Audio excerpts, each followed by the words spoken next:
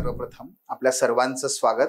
आणि मित्रांनो, हा जो विषय आहे, the empire of the future will be the empires of the mind, या विषयाच्या बघा निबंध लिहिणं जे भाग आहे ना, तो पुन्हा एकदा तुमची कला आहे, सराव आहे. त्यासाठी आपल्याला वेगवेगळ्या पद्धतीने कॉन्टेंट आपल्याकडे असणं आवश्यक आहे, त्यात कुठलंही दुमत नाहीये. पण जो काही कंटेंट आहे ना, त्या कंटेंटला आणता येतं, घेऊन येता येतं. पण कधी जेव्हा आपलं त्याचं खूप चांगला सांगाडा तयार असेल, ब्रेनस्टॉर्मिंग तयार असेल तर. आणि म्हणून जर क्रिटिकल पार्ट कुठल्याही विषयाच्या म्हणजे एसेच्या संदर्भात जर कुठलाही क्रिटिकल, सगळ्यात महत्वाचा क्रिटिकल पार्ट कोणता असेल तर तो आहे ब्रेनस्टॉर्म. ब्रेनस्टॉर्म म्हणजे अगदी या विषयाच्याच आधारे सांगायचं झालं तर हे जसं म्हणतोय, हा जसा विषय म्हणतोय की उद्याचं साम्राज्य हे मनाचं साम्राज्य असणार आहे, तर मित्रांनो अगदी त्याच पद्धतीने तुम्हाला जर ह्या एसेचं एक प्रभुत्व घेऊन यायचंय किंवा ह्या एसेवर प्रभुत्व मिळवायचं आहे, तर पुन्हा एकदा शब्द तोच आहे बघा, ब्रेन. हा ब्रेन तेवढाच महत्वाचा आहे, तो ब्रेन तेवढाच पॉवरफुल काम करणार आहे. ओके, सो आपण या जाऊयात, मग ह्याचं ब्रेनस्टॉर्मिंग करूयात. म्हणजे ऑटोमॅटिकली तुम्हाला कसा लिहायचा आहे, काय लिहायचं आहे हे तुम्ही कळून जाऊ शकतं. आणि मी जरी अगदी तुम्हाला ब्रेनस्टॉर्मिंग सांगितलं, सांगाडा सांगितला, तरी सुद्धा तुम्हाला प्रत्येकाची वेगवेगळी कला आहे, कौशल्य आहेत, कॉन्टेंट आहे, आणि त्यानुसार तो एसे हा नक्की बदलणारच आहे. ओके, पण तुम्ही तो प्रयत्न नक्की करा. पण आता आपण अगोदर काय करूया, त्याचा सांगाडा तयार करूयात. बघा काय करायचंय आपल्याला. एसे लिहिणं याच्यापेक्षाही कित्येक पटीने अधिक महत्वाचं आहे ब्रेनस्टॉर्मिंग करणं. हे वाक्य नेहमी लक्षात ठेवा. मग ब्रेनस्टॉर्मिंग करण्या अगोदर दिलेल्या त्या वाक्याकडे अतिशय केअरफुली आणि अतिशय क्रिटिकली आपण पाहणं आवश्यक आहे. ओके, म्हणजे जसं की या वाक्यामध्ये पहिला मुद्दा आहे the empires. The empires of the future, of the future will be empires of the mind. मग याच्यामध्ये पहिला महत्वाचा मुद्दा आहे एम्पायर्स, दुसरा आहे फ्युचर, आणि त्या दोघांना जोडणारा किंवा दोघांचा ज्याच्यावरती आधार आहे तो आधार आहे माइंड. माइंड. जोपर्यंत आपल्याला ह्या तिन्ही शब्दांच्या, तिन्ही कीवर्डचे जोपर्यंत अर्थ उलगडत नाहीत, तोपर्यंत आपल्याला मर्यादा येत जाणार की नक्की मी काय लिहू आणि कसं लिहू याबद्दल. म्हणून अगोदर त्याचे अर्थ उलगडून घ्या. अर्थ उलगडून घ्या. आपण एक एक करून अर्थ त्या ठिकाणी उलगडूयात. बघा, जर पहिला अर्थ घेतला इथे तो म्हणजे एम्पायर, साम्राज्य. साम्राज्य. साम्राज्य याचा एक सरळ सरळ आपल्याला अर्थ हा माहिती आहे की साम्राज्य म्हणजे ही एक ऐतिहासिक अशी वर्गवारी आहे किंवा ऐतिहासिक अशी ही वर्गवारी आहे. ही वर्गवारी कसली आहे बरं, तर आजची जी राजकीय व्यवस्था आहे ती लोकशाही व्यवस्था आहे. मात्र थोडंसं आपण पाठीमागे गेलं तर आधुनिक स्वरूपाची लोकशाही विकसित होण्यापूर्वी, म्हणजे याचा अँटागॉनिस्टिक काय येईल बघा, आधुनिक लोकशाही. हे काय आलं, याचं अँटागॉनिस्टिक आलं, म्हणजे याचं विरुद्ध आलं. मग आधुनिक लोकशाही आणि ऐतिहासिक वर्गवारी. ऐतिहासिक वर्गवारी, साम्राज्य. साम्राज्य ही ऐतिहासिक काळातच पाहता येऊ शकतात. मग तिथे की फॉर एक्झाम्पल तुमचं जे हे आहेत वेगवेगळ्या सम्राट, अशोक असतील, सुलतान असतील, मुघल असतील, वेगवेगळ्या प्रकारचे राज्य असतील, आहे की नाही. तर ऐतिहासिक वर्गवारीला हा शब्द काय करतोय, इंडिकेट करतोय. दुसरं, साम्राज्य या शब्दातून काय अर्थ निघतोय, तर जिथे की साम्राज्य हे याला विरोध करून लोकशाही ही राजकीय व्यवस्था निर्माण झाली आहे, तर याचा अर्थ हा समजून घ्या, लोकशाहीमध्ये काय आहे, लोकांचं म्हणणं आहे, लोकांकडे सत्ता आहे. साम्राज्यामध्ये तसं होत नाही. साम्राज्य हे काय दाखवत आहे, मोनोपॉली. काही मुठभरांच्या हातातलं, काही मुठभरांच्या हातातली ही मोनोपॉली आहे. म्हणजेच काय हो, एकाधिकारशाही. एकाधिकारशाही. एकाधिकारशाही ही एकाधिकारशाही आहे, मोनोपॉली आहे. कुणाची होती, राजा होता, एक विशिष्ट घराणं होतं, त्या घराण्यातले काही जे नातेवाईक होते, नातेदार वगैरे, मग कोणी घ्या इथे, बादशाह अकबर घ्या, त्याचे नातेदार घ्या, छत्रपती शिवाजी महाराज घ्या, त्यांचे नातेदार घ्या, हा, तर त्यांची काय आहे, मक्तेदारी आहे. आणि त्याचबरोबर त्यांच्याशी जे पाईक असणारे, जे लॉयल असणारे, विश्वासू असणारे, तर ह्या पाईक असणाऱ्या लोकांची, विश्वासू निष्ठा लोकांची, मग त्यांचे सरदार, त्यांचे उमराव, त्यांचे सरंजामदार, हे सगळे काही या लोकांची आणि या लोकांची तिथे एकाधिकारशाही, ते म्हणजे साम्राज्य, ते साम्राज्य. जर आपण रूढ अर्थाने राजकीय स्वरूपातला अर्थ घेतला तर हा एक प्रकार झाला. दुसरा, अगदी ते सोडून द्या, ते सोडून द्या, दुसरं घ्या, आर्थिक स्वरूपातले साम्राज्य म्हणतो आपण बऱ्याच वेळेस. मग आर्थिक स्वरूपातलं जर साम्राज्य लक्षात घेतलं तर त्याचा सुद्धा अर्थ तोच आहे ना. आर्थिक जो काही त्याचा संदर्भ आहे साम्राज्याचा, पुन्हा तोच आहे, कसला, एकाधिकारशाहीचा. मग तुम्ही वॉलमार्ट नावाची कंपनी माहिती आहे तुम्हाला, पण वॉलमार्ट हे काय आहे, आडनाव आहे. वॉलमार्ट नावाचे एक कुटुंब आहे, विस्तारित कुटुंब आहे, त्यांच्या मालकीची ती. मित्सुबिशी हे तिथले उद्योजक कंपनी आहे. होंडा हे तिथल्या खानदानी नाव आहे. बजाज खानदानी नाव आहे. किंवा तुमचं ते हे अंबानी हे खानदानी नाव आहे. आधुनिक भांडवलशाहीमध्ये या सर्व लोकांनी जेव्हा आपल्या कंपन्यांचे समभाग लोकांना विकले, तर मग ते लोकांचे म्हणजे त्या शेअर होल्डर्सची त्या ठिकाणी काय झाली, आता मक्तेदारी निर्माण झाली. पण तरी सुद्धा बहुतांशरित्या शेअर होल्डर कधी बिलियनियर नसतात. शेअर होल्डर हा शेअर होल्डरच असतो, जो सहभागी असतो तो. मूळ कोण असतं, तर त्या कंपनीचे सीईओ, बोर्ड मेंबर ते असतात बघा, बिलियनियर. रिलायन्स कंपनी जेव्हा आज प्रचंड मोठी आहे तेव्हा बिलियनियर हे फक्त मुकेश भाई आहेत, हे लक्षात घ्या. आणि म्हणून पुन्हा एकदा अशा आर्थिक साम्राज्यामध्ये सुद्धा जर साम्राज्य कुणाचं असेल तर ते एका विशिष्ट घराण्याचं, कुटुंबाचं, नातेवाईकांचं आणि त्यांना पाईक असणाऱ्या, निष्ठावान असणाऱ्या लोकांचं ते साम्राज्य आहे. पण ह्या अशा साम्राज्यामध्ये मग पुन्हा एकदा जर थोडस आपण उदात्त मूल्यांचा विचार केला, उदात्त मूल्यांचा विचार केला, तर एकाधिकारशाही ही कधीही कोणत्याही देशाच्या, समाजाच्या विकासासाठी योग्य ठरत नाही. आणि म्हणून तर मग आपल्याकडे काय आहे, एक अँटी मोनोपोली कमिशन आहे, एक अँटी मोनोपोली कमिशन आहे. किंवा त्या अमेरिकेमध्ये सातत्याने तुम्ही शब्द ऐकत असाल, anti trust, anti trust, anti trust. का? कारण त्यांना एकाधिकारशाही टिकवायची नाही. कारण जेव्हा तुम्ही एकाधिकारशाही निर्माण होते बाजारपेठेमध्ये, तेव्हा ऑटोमॅटिकली त्यातून काय होते, स्पर्धा दूर होते. स्पर्धा दूर झाली की नाविन्यपूर्णता राहत नाही. नाविन्यपूर्णता नसेल, नवीन प्रश्नांची सोडवणूक कशी करणार. आणि त्याचबरोबर संपत्तीचं केंद्रीकरण व्हायला लागतं. हे सगळे मुद्दे हे मानवी समाजाने आतापर्यंत पाहिलेले आहेत आणि त्याला माहिती आहे हे नको आहे. आणि मग आता प्रश्न असा आपण लक्षात घेतला पाहिजे की जर साम्राज्य या वाक्यामध्ये हे म्हणतायत की the empire of the future will be the empires of the mind, empire of the future will be the empire of the mind, म्हणजे त्यांना असं म्हणायचंय का की जे बुद्धिमान आहेत, ज्यांच्या मनाची शक्ती प्रचंड आहे, तेच त्यांचीच उद्या भविष्यामध्ये सर्व जगतावर एकाधिकारशाही असणार आहे. पहिलाच मनात प्रश्न आला पाहिजे की अरे मग हे कितपत योग्य आहे, हे कितपत योग्य आहे आणि हे असायला हवं का? का याला काही ऑल्टरनेटिव्ह असू शकतात? पहिलाच मुद्दा तुमच्या मनात आला पाहिजे क्रिटिकल. हे एम्पायर नकोय आम्हाला आता एम्पायर नकोय, आम्हाला रिपब्लिक हवेत.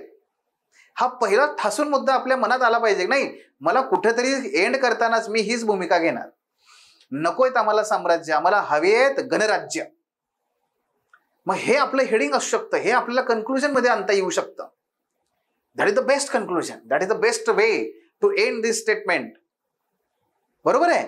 मग हे आम्हाला कधी कळेल, पण हे कधी आले आपल्या विचार मनात, जेव्हा आम्ही साम्राज्य या शब्दाची फोड केली तेव्हा. साम्राज्य या शब्दाची फोड केली तेव्हा. बरं, पुढे मग साम्राज्य कशी निर्माण होतात? साम्राज्य कशी निर्माण होतात? ताजमहलची निर्मिती झाली, दैदिप्यमान अशा राजवाड्यांची निर्मिती झाली. पण ही कधी होते, कशी होते, कधी झालीये? आजच्या लोकशाही समाजामध्ये अशा प्रकारचे दैदिप्यमान राजवाडे, दैदिप्यमान महाल आणि दैदिप्यमान असे हे जे काही मुझोलियम ज्याला म्हणतात की थडगे, हे कसे निर्माण नाही होत आज? हे तेव्हाच का झाले? कारण साम्राज्य जी उभी असतात, ही साम्राज्य उभी असतात ती त्या एका विशिष्ट समुदायाच्या नियंत्रणाखाली असणारी राजकीय व्यवस्था, अर्थव्यवस्था आणि सर्व प्रकारच्या व्यवस्था, आणि मग त्याच्यातून हे साम्राज्य उभी राहतात, हे साम्राज्य उभी राहतात. आणि एकदा का साम्राज्य उभं राहिलं की मग टिकवण्यासाठी संघर्ष करावा लागतो. मग पुढे तुम्हाला हे माहिती असलं पाहिजे का, रे हो ना, हे खरं आहे बरं का, की साम्राज्य उभं राहील पण टिकवायचं कसं? अलेक्झांडर द ग्रेट याने साम्राज्य उभं केलं खरं, अलेक्झांडर द ग्रेट याने साम्राज्य उभं केलं खरं, पण अहो मेल्या मेल्या क्षणार्धामध्ये पत्त्याच्या डावाप्रमाणे कोसळलं. असली साम्राज्य उभं राहणार आहेत भविष्यातली, आणि आम्हाला अशी साम्राज्य हवी आहेत? नाही, नकोय आम्हाला हे. मग अलेक्झांडर द ग्रेटचं उदाहरण चांगलं आहे, ढासळलं ते. मग साम्राज्य टिकवून ठेवण्यासाठी काय करावं लागतं? तर साम्राज्य टिकवून ठेवण्यासाठी दोन प्रकारे आतापर्यंतच्या राजांनी प्रयत्न केले. एक, त्यांनी बळाचा वापर केला, त्यांनी बळाचा वापर केला. नाही तर त्यांनी लोकांचं जे मन आहे ते मन जिंकण्याचा प्रयत्न केला, मन जिंकण्याचा प्रयत्न केला, मन जिंकण्याचा. आणि दुसरा इथेच बघा, लक्षात घ्या, मी तुम्हाला आणखी याची फोड करून देतो. मन जिंकण्याचा प्रयत्न केला आणि मन नियंत्रणात ठेवण्याचा प्रयत्न केला, मन नियंत्रणात ठेवण्याचा प्रयत्न केला. जिंकण्याचा प्रयत्न ज्यांनी केला ना, ते कल्याणकारी होऊन गेले, ती साम्राज्य कल्याणकारी आहेत.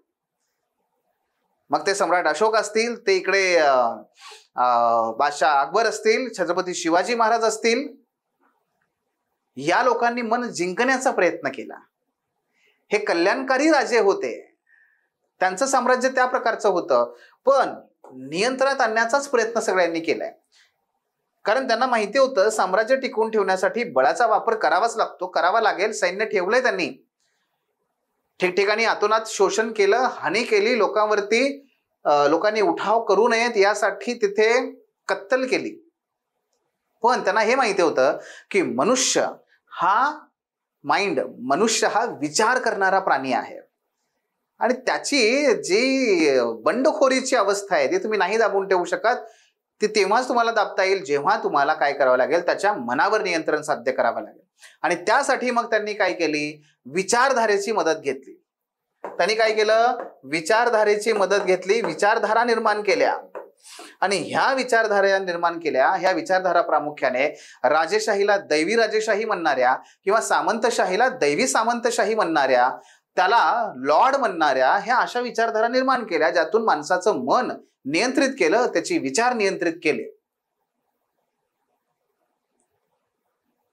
पण एक मात्र आहे की पाठीमागे जेव्हा बघतो आम्ही साम्राज्याचा इतिहास वाचताना, केवळ मनाच्या आधारावर आणि केवळ विचारांच्या आधारावरती कोणीही साम्राज्य उभं करू शकलेलं नव्हतं. हे सम्राट अशोक सुद्धा, हे जेव्हा त्यांच्याकडे संपूर्ण साम्राज्य हाती आलं, त्याच्यानंतर ते कल्याणकारी राज्याकडे वळतायत, त्यानंतर ते मन जिंकण्याकडे वळतायत. पण तोपर्यंत त्यांनी तलवारीच्या आधारावरती साम्राज्य उभं केलंय. बादशाह अकबरांना सुद्धा कत्तल करून साम्राज्य उभा करावं लागलंय, महाराजांना सुद्धा लढाया करूनच साम्राज्य उभा करावं लागलंय. त्याच्यानंतर त्यांना ते जमलंय, कल्याणकारी राज्य मनाला जिंकण्याचा प्रयत्न हे त्यांनी नंतर केलंय. ते सहिष्णुता वगैरे सगळं नंतर आहे. मग सुरुवातीची साम्राज्य, हे आतापर्यंतची साम्राज्य ही मुळात उभी नाही करता आली. पण मग इथे जेव्हा हे म्हणतायत की the empire of the future will be the empires of the mind, इथे मात्र काय आहे, पूर्णपणे भाव वेगळा आहे. भाव वेगळा असा आहे की आतापर्यंतची सर्व साम्राज्य हे तलवारीच्या जोरावरती निर्माण झाली आहेत, पण इथून पुढची सर्व साम्राज्य ही मनाच्या सामर्थ्याने जिंकता येणार आहेत, निर्माण करता येणार आहेत, असं त्यांना म्हणायचंय. म्हणजेच ह्या वाक्यातून आपल्याला काय करायचंय, एक बोध घ्यायचाय आपल्या ब्रेन स्टॉर्मिंग मध्ये की आम्हाला काय करायचंय, यात क्लिअर कट असं बायफर्केशन करायचंय. बघा, एक ही होती तलवारीची साम्राज्य. म्हणजेच काय, ही होती सगळी हिंसेची साम्राज्य, हिंसा आधारित साम्राज्य, हिंसा आधारित साम्राज्य. मात्र उद्या आपण जाणार आहोत भविष्यातील साम्राज्यांकडे. के काय, भविष्यातली साम्राज्य मात्र हे मन, विचार, भावना, त्यानंतर बुद्धी यांच्या जोरावरचं साम्राज्य असणार आहे. हे असेल आपला जो क्लिअर कट त्यांनी सांगितलंय की उद्याची ही अशी असते. पण आपलं वाक्य लक्षात ठेवायचं. ठीक आहे, तुम्ही म्हणताय ना त्या पद्धतीने मी सांगेन, त्याचे मुद्दे सांगेन, पण शेवटी मी सहमत नाही. मी सहमत नाही. साम्राज्य नसतीलच भविष्यात. भविष्यात जी असतील किंवा असायला हवेत तर तीही असायला हवी. आपण आपलं ठरलेलं आहे. ते नेहमी लक्षात ठेवायचं. मग हे पहिल्यांदा काय करूयात, हे आपण साम्राज्य या शब्दाची फोड केली. आता पुढे चला. महत्वाचा मुद्दा आणखी काय याच्यातला, तो म्हणजे फ्युचर. काय आहे भविष्य? भविष्य काय आहे? कोणत्या भविष्याची चर्चा करतायत ते? 2400, 2500, 2070, 2080, 2045, कधीच बद्दल बोलतायत ते? कशाबद्दल बोलतायत ते? हे भविष्य थोडक्यात ते त्या ठिकाणी एक्सप्लेन करावंच लागेल आपल्याला. आणि म्हणून हे सांगावं लागेल की मानवाचं भविष्य जे आहे, ज्या भविष्याच्या स्थितीबद्दल आपण बोलतोय, ही भविष्याची स्थिती आज अतिशय वेगाने आपल्या जवळ येताना पाहायला मिळते. कारण आज मानवी जीवनाचा वेग इतका प्रचंड बदललेला आहे. आणि म्हणून भविष्याबद्दल सांगायचं असेल तर हे सांगायचं त्यामध्ये आपल्याला की भूतस्थिती, भूतकाळ आणि भविष्यकाळ. भविष्यकाळ या मुळात काय आहेत? ह्या केवळ कॉग्नेटिव्ह संकल्पना आहेत, म्हणजे ह्या बोधात्मक संकल्पना आहेत. बोधात्मक, कॉग्नेटिव्ह म्हणजे काय हो?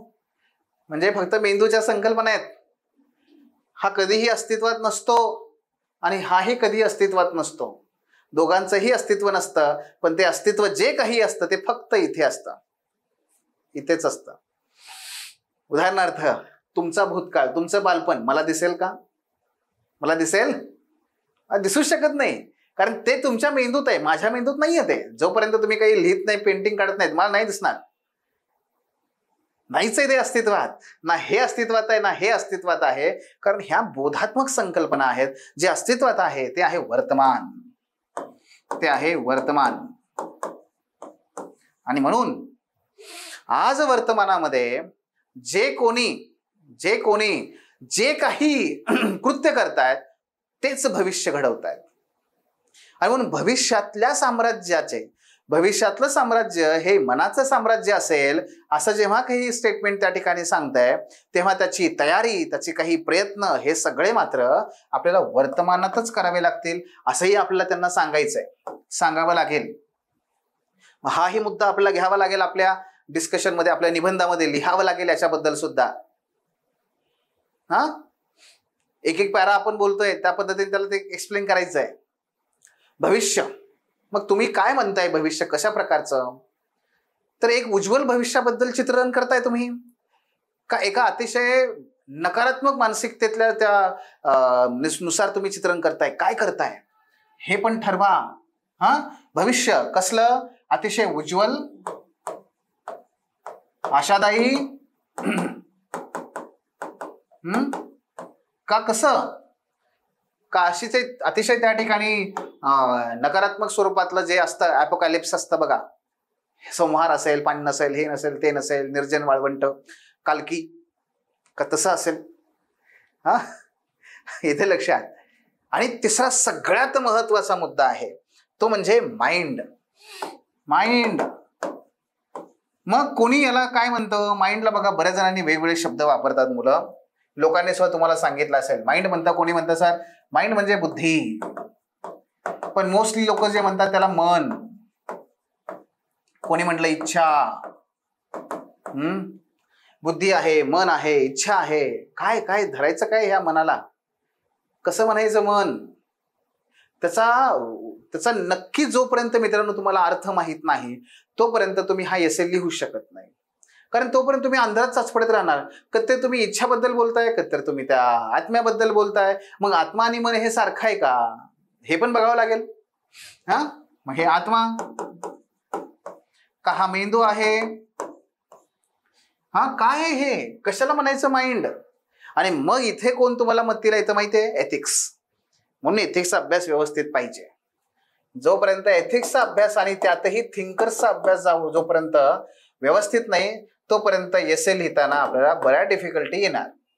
माइंड बद्दल सगळ्यात महत्वाचं जे विश्लेषण केलंय ते देकार्तने केलंय. तुम्ही लिहू नका तुमच्या एसे मध्ये, लिहायचं असेल तर लिहू शकता. देकार्त हे वैश्विक आहे, लिहू शकता. देकार्तने काय केलं, मानवाचे 3 भाग केले. एक शरीर, दुसरा आत्मा आणि तिसरा मन, असे त्यांनी 3 भाग केले. आणि मग त्याच्यामध्ये ते सांगतात की शरीर वेगळं आहे, आत्मा वेगळा आहे, मन. बघा, शरीराचा मृत्यू होतो, शरीर इथंच पडलेलं असतं. आत्मा हा नष्ट होऊन जातो. आत्मा हा अनिष्ट असतो, तो नष्ट होत नाही. पण त्याचं अस्तित्व कशात पाहायचं, म्हणून त्यांनी सांगितलं एनर्जी. पण मन जे आहे या दोघांना जोडण्याचं काम हे मन करत असतं.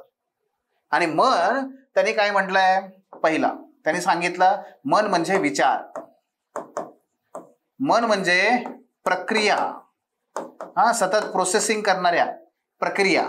मन म्हणजे काय तर तुमची बुद्धी, मन म्हणजे काय तर तुमची भावना.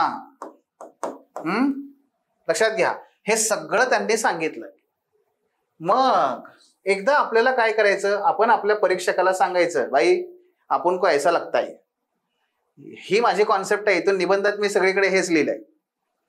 किंवा जेव्हा भारतीय दर्शनाकडे तुम्ही याल, हे झालं पाश्चात्य दर्शन, भारतीय दर्शनाकडे याल तेव्हा तिथे येतात पातंजली, ऋषी पातंजली किंवा पतंजली. ते हिंदीमध्ये किंवा इंग्लिशमध्ये त्याला असं म्हणतात पतंजली. त्यांनी मनाच्या 5 अवस्था सांगितलेल्या आहेत. मन त्याच्या 5 अवस्था सांगितलेल्या आहेत. एक असतं विक्षिप्त,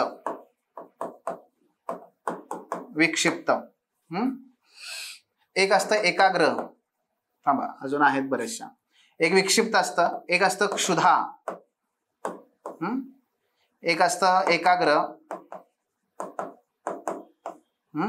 आणि एक असतं निशुद्ध. हे 4थं काही आठवेना आता मला, ठीक आहे. अशा 5 अवस्था सांगितलेल्या आहेत. त्यातली ही जी 5वी अवस्था आहे ना, निशुद्ध मन. तर निशुद्ध मन म्हणजे काय हे जेव्हा ते सांगतात तेव्हा ते सांगतात की निशुद्ध मन म्हणजे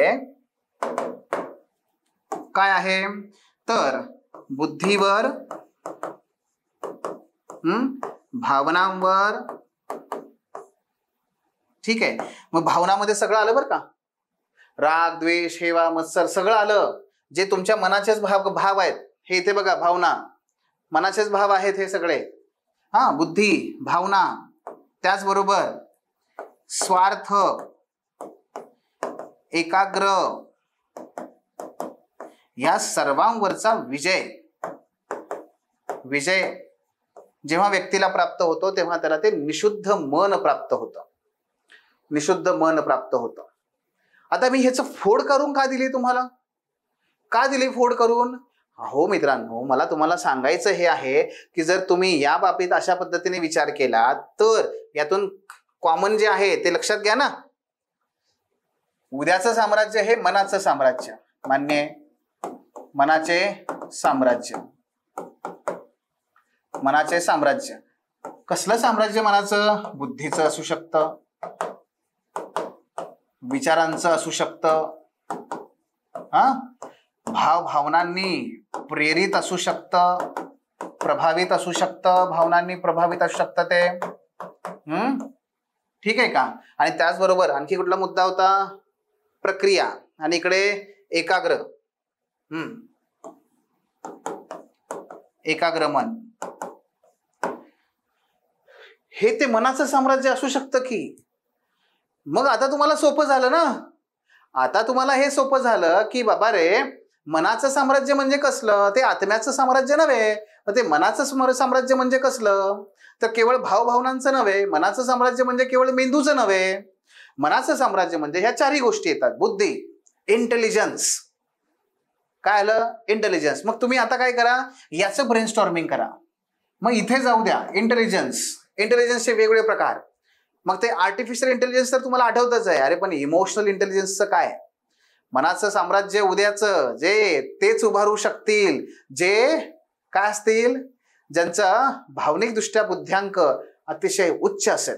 मग इमोशनल इंटेलिजन्सचा पण मी सर पॉईंट लिहिन याच्यामध्ये. मग मी AI चा लिहीन, मी EI चा लिहीन, तेही लिहीन सर. ओके. मग विचार, कुठले विचार? विचारांचं सुद्धा उद्या साम्राज्य निर्माण होऊ शकतं का? हो. विशिष्ट एखादी विचारधारा जन्माला आली तर होऊ शकतं. का नाही होणार?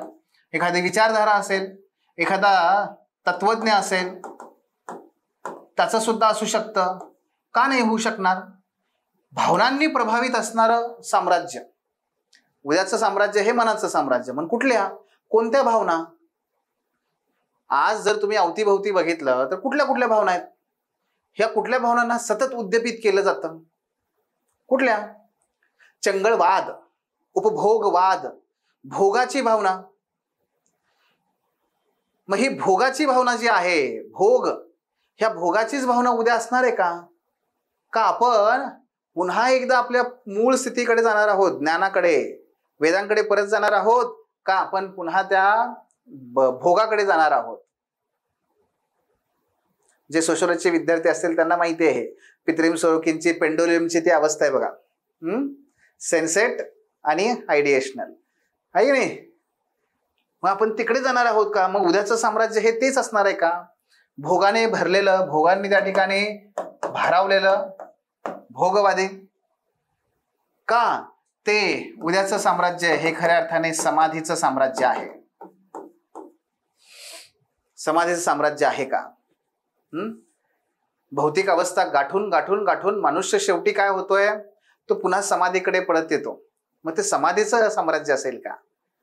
काय असेल, कसं असेल, हे तुम्हाला करायचं आहे. हे ब्रेन स्टॉर्मिंग आहे. अहो, विशेष आपला कळला नाही तर आपण जाणार कसं पुढे? येत्या मुद्दा लक्षात? ओके सर, आता मला कळलंय. मला साम्राज्य म्हणजे काय कळलंय, मला ते भविष्य म्हणजे काय सांगायचंय, आणि मला मन म्हणजे काय हे सुद्धा कळलेलं आहे. आता मांडायचंय पुढे. मग तुम्ही ब्रेन स्टॉर्मिंगच्या मेथड वापरू शकता. काय? प्रश्न विचारा. काय? उद्याचं साम्राज्य हे मनाचं साम्राज्य आहे. मनाचे साम्राज्य हे भविष्य आहे. मनाचं साम्राज्य हेच भविष्य आहे. मग विचारा प्रश्न, खरंच का? मनाचे साम्राज्य हेच उद्याचं भविष्य आहे म्हणजे नक्की काय? म्हणजे काय? मग आत्ता काय आहे? आत्ता काय आहे? हे कसे होईल? हे कसे घडून येऊ शकते? कोणामुळे घडून येऊ शकते? ठीक आहे, कोणामुळे घडू शकते? नक्की सर्व पृथ्वी तलावर होईल का फक्त काही ठिकाणीच होईल? सगळ्यांना समान संधी आहे का फक्त कुठेच, कुठे, कशा प्रकारे? मग या प्रकारचे प्रश्न तुम्ही याला विचारू शकता. याला प्रश्न विचारा त्यात. आणि मग हे प्रश्न विचारल्यानंतर आपली आणखी एक मेथड आहे बघा, 7 डोमेन नावाची. ह्या 7 डोमेन नुसार तुम्ही पुढे याला घेऊन जाऊ शकता. मग 7 डोमेन मध्ये काय केलं आपण? तर पहिला मुद्दा तुमचा आहे प्रश्न विचारा, पहिला. दुसरा काय आहे की त्याची चर्चा करा. चर्चा. दुसरा डोमेन कुठला आहे आपला? भूत, वर्तमान आणि भविष्य. यातला सगळ्यात महत्वाचा आहे, भूतकाळात असं काही घडलं का? असे काही घडलेले आहे का? घोडके येते त्यामध्ये. घडलेले आहे का? आणि जर नसेल घडलेलं, त्यापासून आपण काही बोध घेतलेला आहे का? मग वेगवेगळ्या साम्राज्यांची उदाहरणं द्या, पण वर्तमानातली चर्चा काय आहे ते सांगा. सध्या वर्तमानातली चर्चा काय आहे? का हा प्रश्न येऊ शकतो? सध्या असं कुठे आपल्या अवतीभोवती हे सुरू आहे का? हे घडतंय का की उद्याचं साम्राज्य हे खऱ्या अर्थाने मनाचं साम्राज्य असणार आहे? हा, होऊ शकतं. मग त्यासाठी आपल्याला तिसऱ्या डोमेनकडे जावं लागणार आहे. पण अगोदर आपण दुसऱ्या डोमेनमध्ये बघूयात. आणि भविष्याबाबत मग ज्या वेगवेगळ्या असतात, भविष्याबद्दलची चित्र रंगवणारे काही घटक असतात बघा. जसं की आपण नेहमी पुढची काही लक्ष ठेवतो, SDG. त्या SDG मध्ये काही याच्याबद्दल चर्चा होतीये का? हा, जे भारताचा नीती आयोग आहे, या नीती आयोगाद्वारे अशा प्रकारची काही चर्चा होतीये का? जी पॅरिस समिट आहे, COP, क्लायमेट चेंज, त्याच्यामध्ये अशा प्रकारची काही चर्चा होतीये का? मग हे काय आले? पुढचे मुद्दे आले. आपल्याला ब्रेनस्टॉर्मिंग करायचंय, बाकी गोळा करायचंच आहे आपल्याला. हे सगळं आणायचंय का लयबद्ध पद्धतीने बसवायचंय, पण अगोदर ते. हा झाला दुसरा डोमेन. मग तिसऱ्या डोमेनकडे जा. मग तिसऱ्या डोमेनमध्ये काय येतं? ते म्हणजे तुमची वेगवेगळी क्षेत्र. मग हे क्षेत्रांचं डोमेन आहे. मन म्हणल्यानंतर पहिल्यांदा तुम्हाला इथे ऍड्रेस करा, तो म्हणजे अध्यात्म. अध्यात्माला ऍड्रेस करा. आज ज्या पद्धतीने नवधार्मिक चळवळी आहेत, संप्रदायांचा उदय आहे, दोन प्रकारचे गुरु आहेत. काही कॉर्पोरेट गुरु आहेत, काही आध्यात्मिक गुरु आहेत. आणि हे सर्वजण त्या मनाबद्दलच बोलत असतात. मग फोकस माइंड असेल, काम माइंड असेल, माइंडफुलनेस असेल, काय आहे हे सगळं? या आजच्या परवलीच्या शब्दांचं काय नक्की महत्व आहे हे सांगा. अध्यात्माचं सांगा. मनाची चर्चा काही तंत्रज्ञानातली आहे का? महत्वाचे अगोदर प्रायोरिटाईज करायचे. राजकीय आहे का? राजकीय स्तरावरच भू राजकीय आहे का ते पण बघा, बरं का. त्यानंतर सामाजिक स्तरावरती विशेषतः शिक्षण, त्याकडे जा. मग शिक्षणामध्ये काय तर न्यू एज्युकेशन पॉलिसी आहे. त्या न्यू एज्युकेशन पॉलिसीमध्ये याच्याबद्दल काही बोललंय का? अरे त्यात न्यू एज्युकेशन पॉलिसीमध्ये इंडियन नॉलेज सिस्टीम आहे. इंडियन नॉलेज सिस्टीम मध्ये याचा आधार आहे. आणि योग शिक्षण दिलं जात आहे. मग पतंजली पण योगच होते. अच्छा, मग त्याच्यामध्ये आहे न्यू एज्युकेशन पॉलिसीमध्ये. म्हणजे प्रयत्न होत आहेत आजच. आजची चर्चा सुरू आहे ती तशी. बर, हे पण आपल्याला करता येते. मग त्याच्यामध्ये पर्यावरणाचा काही मुद्दा आहे का? ते काही आहे का बरं? त्याचा काही कुठे मुद्दा, काही संदर्भ येतोय का? काही सांस्कृतिक आहे का? काही पुस्तकं, काही लेख, काही नाटकं, काही सिनेमे, असं काही याच्यामध्ये येतंय का? हा पुढचा आपला डोमेन आहे क्षेत्रांच्या बाबतचा. ठीक आहे मित्रांनो, असे आणखी आहेत, जवळपास 4 आणखी आहेत. मग तेही डोमेन तुम्ही इथे वापरा आणि त्या डोमेननुसार याचं फोड करा. तुम्ही जेवढं याचं फोड कराल ना, मग पुन्हा तुम्हाला फक्त ते काय करायचंय, ऑर्गनाईज करायचंय. पण पहिल्यांदा पत्ते असे जमिनीवरती फेका तरी, म्हणजे गोळा करता येतील काय काय, कुठलं कुठलं घ्यायचं आणि कसं कसं. पण हे फेका तरी अगोदर ते होऊ द्या, बाहेर येऊ द्या, हे होऊ द्या. बघा, ते त्यात असलं पाहिजे. आणि मग ब्रेनस्टॉर्मिंगचा आणखी एक महत्वाचा मुद्दा काय असतो, तर तो म्हणजे प्रस्तावना. आणि दुसरा मुद्दा असतो तो म्हणजे याचा शेवट. आता शेवट तर आपण बऱ्यापैकी ठरवलेला आहे. शेवट काय, आम्हाला साम्राज्य नकोच, आम्हाला ही साम्राज्य नावाची बाबच नकोय. आम्हाला हवेत रिपब्लिक, आम्हाला हवेत गणराज्य. कारण गणराज्यामध्ये असतं विकेंद्रीकरण. आणि विकेंद्रीकरण हेच खऱ्या अर्थाने समानता आधारित, समता आधारित समाजाचा पाया असतो. म्हणजेच काय, आम्ही आमच्या राज्यघटनेकडे घेऊन जाणार आहे आणि एंड करणार आहे, आमचा ठरलाय शेवट.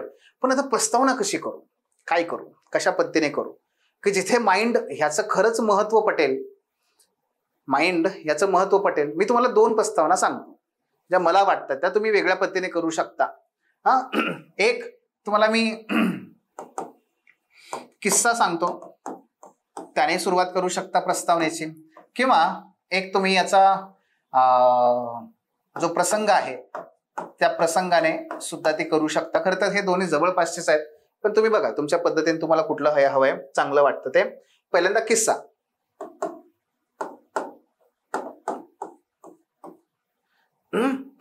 किस्सा ते म्हणजे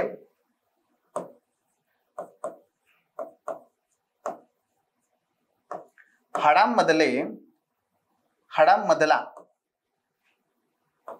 मऊ भाग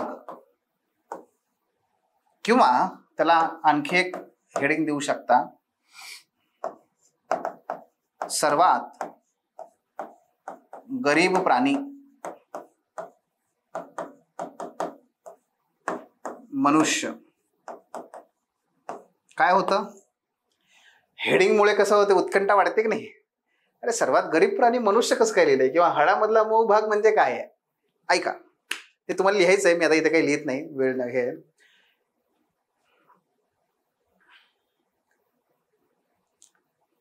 युवाल नोआ हरारी त्यांच्या अनस्टॉपेबल या ग्रंथामध्ये मनुष्य प्राणी, या मनुष्य प्राण्याच्या उत्क्रांतीचं जेव्हा ते विश्लेषण करतात तेव्हा ते हे म्हणतात की जगामधल्या जेवढे काही प्राणी आहेत या सर्व प्राण्यांना काही ना काहीतरी निसर्गाने कौशल्य उपलब्ध करून दिलं आणि ती कौशल्य त्यांनी नेहमी टिकवून ठेवली आणि ती टिकून राहिली. पण मनुष्य हा असा एकमेव प्राणी आहे की ज्याला मात्र निसर्गाने काहीच कौशल्य दिलं नाही. मग झालं असं की एकदा एका जंगलामध्ये एक भला मोठा रेडा हा वाघाने मारला आणि वाघ त्या रेड्याचं मांसभक्षण करू लागला. वाघाच्या पंजामुळे ते सुटून जाणं शक्य नव्हतं. जोपर्यंत वाघ खात होता तोपर्यंत त्याच्या अवतीभोवती बरेचसे कोल्हे हे बसलेले होते. जसा वाघ गेला की कोल्हे गेले आणि कोल्ह्याने सुद्धा आपल्या अणकुचीदार अशा दातांनी त्यांचं जे उरलं सुरलं मांस आहे ते भक्षण केलं. जोपर्यंत कोल्हे आहेत तोपर्यंत तिथे पक्षी गेले नाहीत, गिधाड यासारखे. कोल्हे निघून गेले आणि पक्षी गेले. पक्ष्यांनी उरल्या सुरल्या मांसावरती ताव मारला आणि पक्षी सुद्धा उरलं सुरलं सगळं मांस खाऊन निघून गेले. हे सगळं वाघापासून ते पक्ष्यांपर्यंत हे सगळं घडत असलेलं मनुष्य मात्र, आणि त्याची जे काही 2-4 पिल्लं असे हे 2-4 मनुष्य एका झाडाच्या बुंद्याच्या मागे लपून अगदी घाबरून घाबरून ते बघत होते आणि वाट पाहत होते की कधी एकाची हे सगळे जातायत. कारण त्याला हे माहिती होतं की तो कधीच प्रतिकार करू शकणार नाही यांचा, कारण यांच्याकडे असणारी एकही बाब त्याच्याकडे नव्हती. हे सगळे गेले, हे जवळ गेले. रेडा आता काही उरलाच नव्हता. उरला होता तो रेड्याचा फक्त सांगाडा.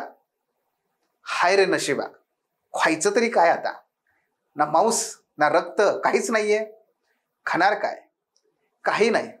अशा वेळेस काहीतरी मिळेल का याचा प्रयत्न करणाऱ्या या माणसाने त्याची हाडं मोडायला सुरू केली रेड्याची.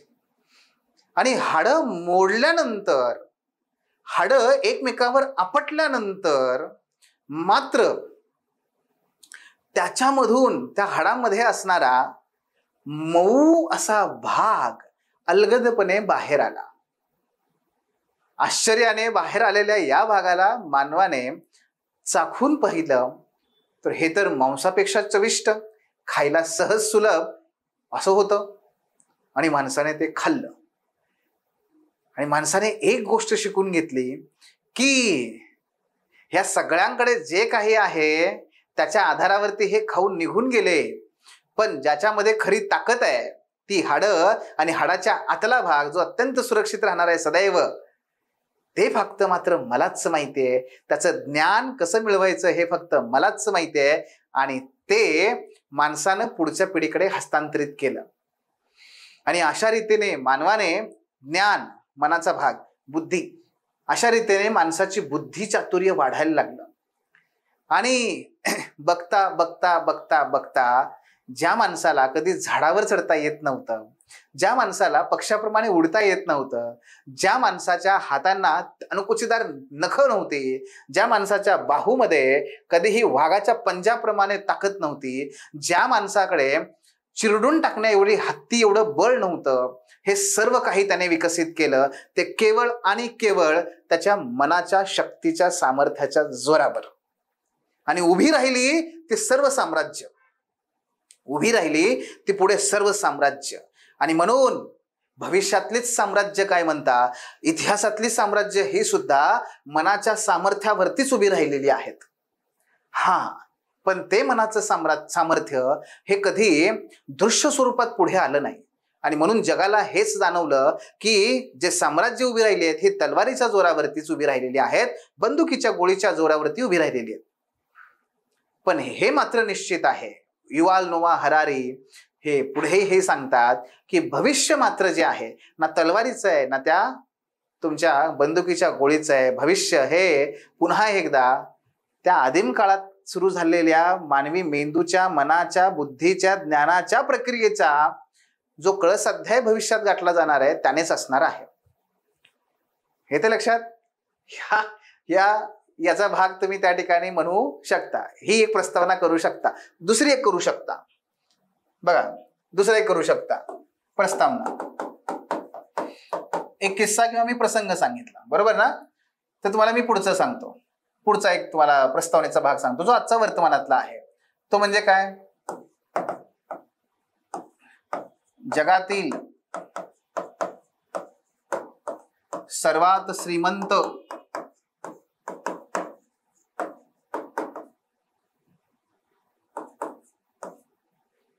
असलेला पण देश नसलेला प्रदेश. काय हेडिंग आहे बघा, जगातील सर्वात श्रीमंत असलेला पण देश नसलेला प्रदेश. हे माझं हेडिंग आहे. हेडिंग आहे किंवा पहिलं वाक्य आहे, मी ज्याला अंडरलाईन करणार आहे ते माझं काय आहे, त्याला खिळवून ठेवणार आहे. हुक म्हणतात त्याला. हे पहिलं आहे. मग मी आता पुढे जाऊन काय करेन, तर मी हे सांगेन की हा तो प्रदेश की जेथे जगातील सर्वात जास्त दरडोई उत्पन्न आहे.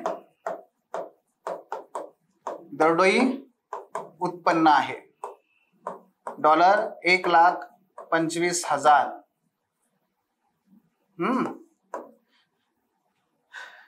जगाचा 1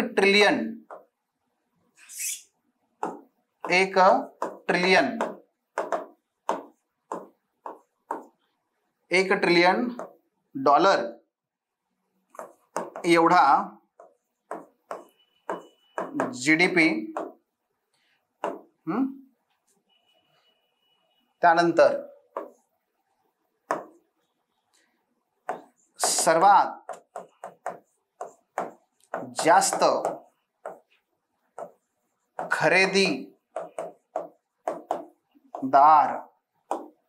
खरेदीदारांचा स्रोत. त्यानंतर गर्भ श्रीमंतांचा प्रदेश. त्यानंतर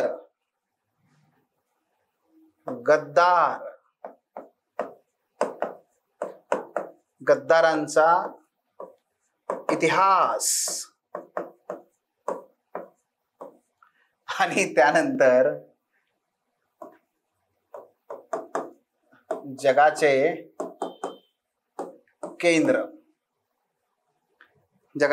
केंद्र. आपण कोणत्या प्रदेशाबद्दल बोलतोय, कुठला प्रदेश आहे हा प्रदेश आहे मित्रांनो. हे सगळं लक्षात घ्या. हा प्रदेश आहे सिलिकॉन व्हॅली.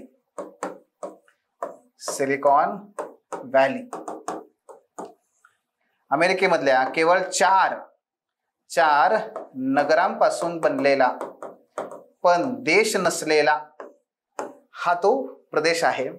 आणि सिलिकॉन व्हॅली ही ज्या प्रकारची बिरुदावली इथं आपण बघितलं, जे सर्वात जास्त बिलियनियर, सर्वात जास्त ट्रिलियनियर, सर्वात जास्त जे काही आहे जगातल्या ज्या मातब्बर सगळ्या 1000 फॉर्च्यून कंपन्या आहेत, त्यातल्या ज्या सर्वात मोठ्या पहिल्या 300 कंपन्या आहेत, ह्या सगळ्या कंपन्या या ठिकाणी आहेत. आणि ह्या कंपन्या कोणत्या आहेत की जी स्वतः उत्पादन घेत नाही,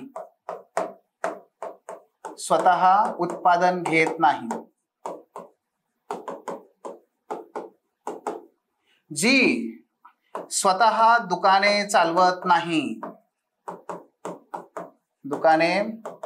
चालवत नाही, जी स्वतः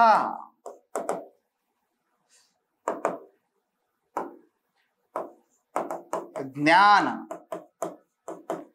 निर्मिती करीत नाही, जी स्वतः डॉक्युमेंट्स किंवा लिहा, काही हरकत नाहीये, आपण त्याला शब्द वापरूयात, डॉक्युमेंट्स बनवित नाही, जी स्वतः इतरांची माहिती किंवा इतरांसाठी असं लिहा, इतरांसाठी माहिती निर्माण करत नाही आणि जी स्वतःच्या मुलांना त्याचा उपयोग करू देत नाही.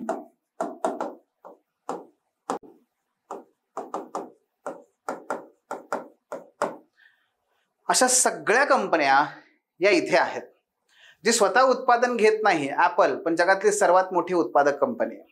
जी स्वतः दुकानं चालवत नाही पण जगातला सर्वात मोठा दुकानदार आहे अमेझॉन. जी स्वतः ज्ञान निर्मिती करत नाही, अँड्रॉइड सगळे ऍप बाकीची लोक तयार करतात, ही फक्त सिस्टीम प्रोव्हाइड करते. जी स्वतः डॉक्युमेंट्स बनवत नाही पण जगातले सगळे डॉक्युमेंट ओपन करण्यासाठी आणि प्रिझर्व करण्यासाठी ॲडॉब. जी स्वतः इतरांची माहिती निर्माण करत नाही मात्र त्या माहितीचा सुरक्षा प्रोव्हाइड करणारे ओरॅकल सारख्या कंपन्या किंवा क्लाउडफ्लेक्स नावाच्या कंपन्या, स्वतःच्या मुलांना त्याचा उपयोग करू देत नाहीत अशी इंस्टाग्राम, फेसबुक आणि व्हॉट्सॲप ती कंपनी. मित्रांनो, ह्या सगळ्या कंपन्या याच इथे आहेत आणि ह्या सगळ्या कंपन्यांचं साम्राज्य आज आहेत.